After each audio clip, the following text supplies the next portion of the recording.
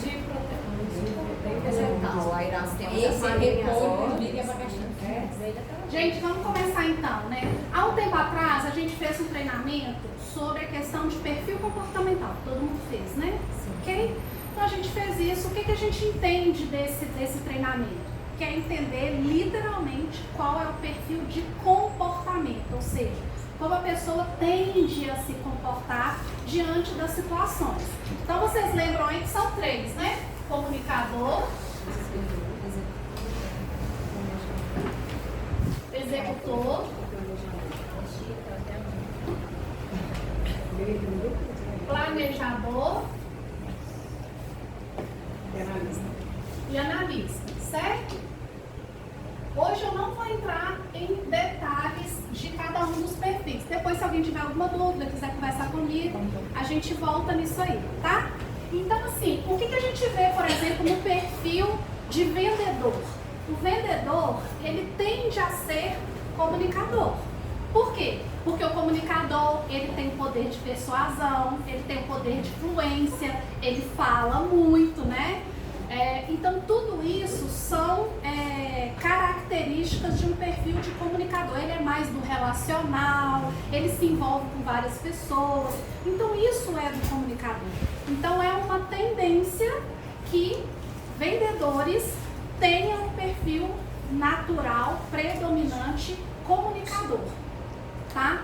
Além disso, a gente tem normalmente um segundo perfil predominante. O mais usual, como vocês viram, é que a pessoa tenha 2 perfis predominantes. Tchau, Renata. Tenho 2 perfis predominantes. Então, o segundo perfil, ele tende a ser o executor. A tendência é essa. Então, a gente tem uma tendência aqui para o comunicador e a gente tem a segunda tendência aqui para o executor.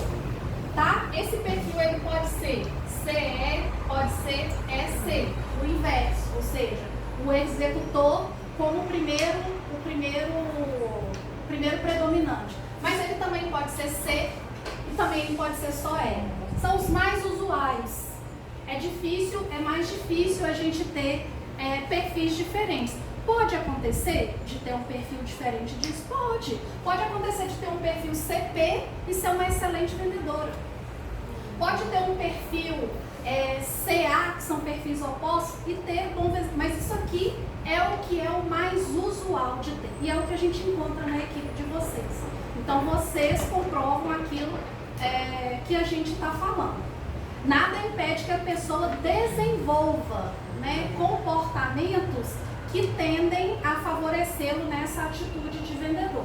Ou, às vezes, tem uma empresa com um determinado perfil de venda, que às vezes o perfil mais predominante não seja um CE, por exemplo, em função de uma especificidade de uma determinada empresa, tá?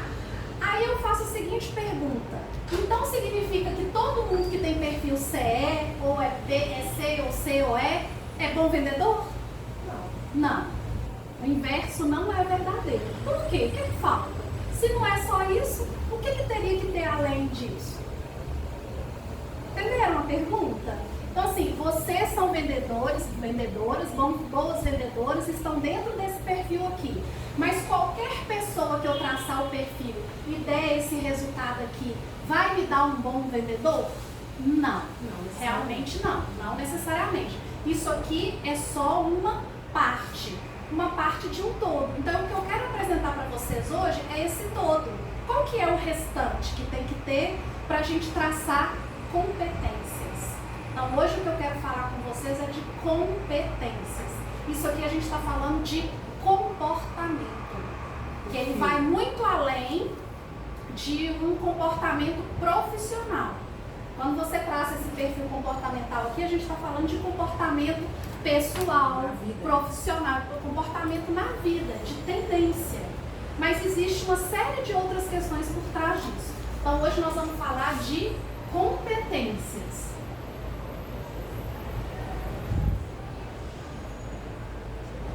Tá?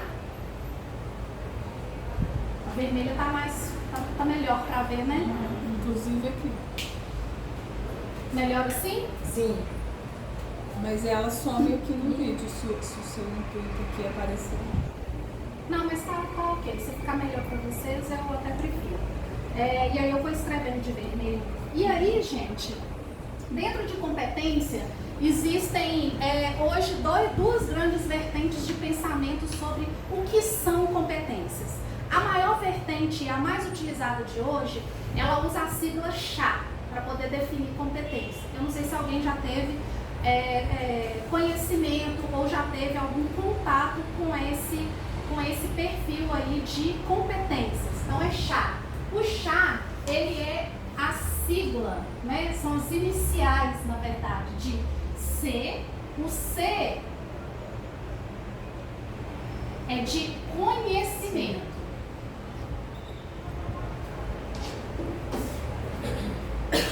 O conhecimento tem a ver com saber. Saber é, literalmente, eu sei sobre aquilo. E hoje a gente tem o Google, né, o senhor Google, que qualquer pessoa, né, a grande maioria das pessoas, digamos assim, tem acesso sobre qualquer assunto. Qualquer coisa que você digitar lá no Google hoje, você encontra alguma coisa para poder saber sobre um determinado assunto. Então você pode saber de diversas formas. O conhecimento, a gente fala do aprendizado que a gente teve. Aprendizado pode vir pela prática, pode vir por uma leitura, pode vir por um treinamento, por uma especialização, por uma graduação, por uma pessoa que mais madura, que tinha um conhecimento maior e transmitiu esse conhecimento. Então é o que a gente aprende mesmo de conhecimento. E aí quando a gente fala de saber, a gente está falando de quê? O que deve ser feito.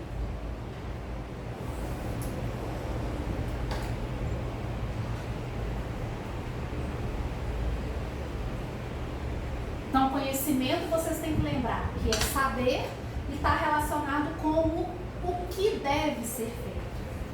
Vocês conhecem alguém que sabe o que deve ser feito, mas não sabe como é que faz? Eu mesmo. Então, não é só conhecimento que basta. Então, a gente vai entrar para a segunda questão, que é de habilidade, que é o H. Habilidade. Tem gente que confunde habilidade com competência. Habilidade é uma coisa, competência é outra coisa. E aí, a habilidade, ela tá relacionada com o saber fazer. Tá vendo que a gente já caminhou aqui? Uhum. E aí, aqui, o que está em questão não é o que deve ser feito, mas como deve ser. Atitude. Como? Como deve ser feito. Então aí a gente chega na segunda questão. Ficou claro aqui de diferença? E entendem que às vezes a pessoa pode ter aprendido o conhecimento através da habilidade, ou seja, ele foi executar uma função, ele aprendeu na prática e aí o conhecimento veio. E aí ele consegue até transmitir esse conhecimento para outra pessoa, a teoria e a prática. E tem gente que só conhece a prática. Ele faz porque é mecânico, porque é automático, mas toda a teoria que vem por detrás daquele como fazer, a pessoa não faz. E aí o terceiro aqui, ó, que é o A, que é a atitude.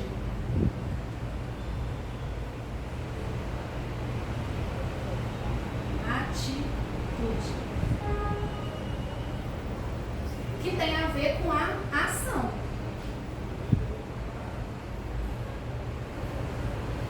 Certo?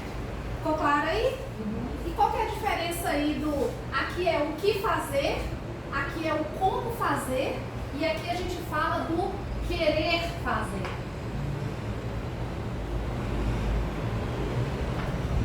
Pensa que a gente está falando de uma receita de bolo.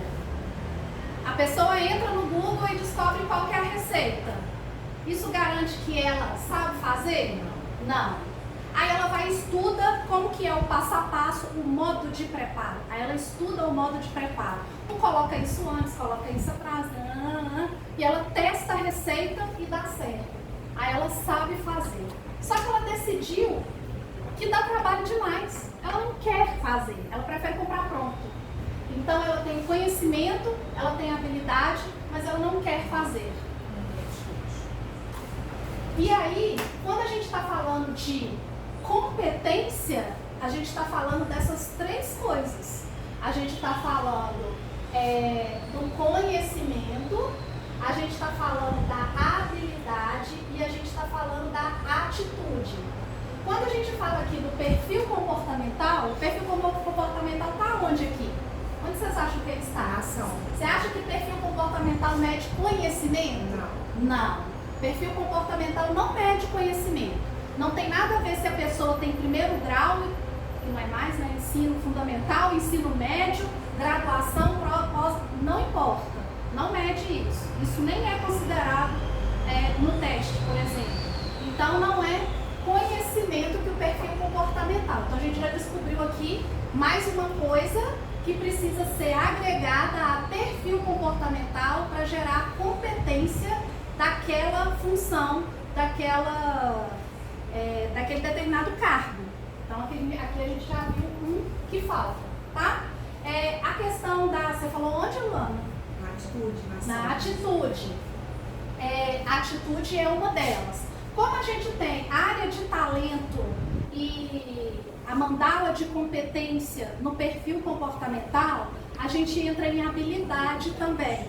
Então ele já traça um certo perfil para a sua área que você naturalmente já apresenta, de maior habilidade. Como se fosse um dom. Isso, não necessariamente você atua nele, mas você tem mais habilidade naquelas determinadas áreas. Então ele traz um pouco de habilidade. E o maior deles, que é da atitude, que é o seu comportamento, que é como você atua, como que você age. Aí parte dele está aqui. Então, quando você agrega uma pessoa que tem as três, né, o C, o H e o A, você gera maior competência. Só que isso não necessariamente garante ter resultado. Sabe aquela pessoa que não, eu vou fazer e faz, mas o negócio não flui? Então tá vendo que assim, parece que ainda não foi o suficiente? Então existe uma outra vertente que enxerga competência. Deixa eu apagar aqui.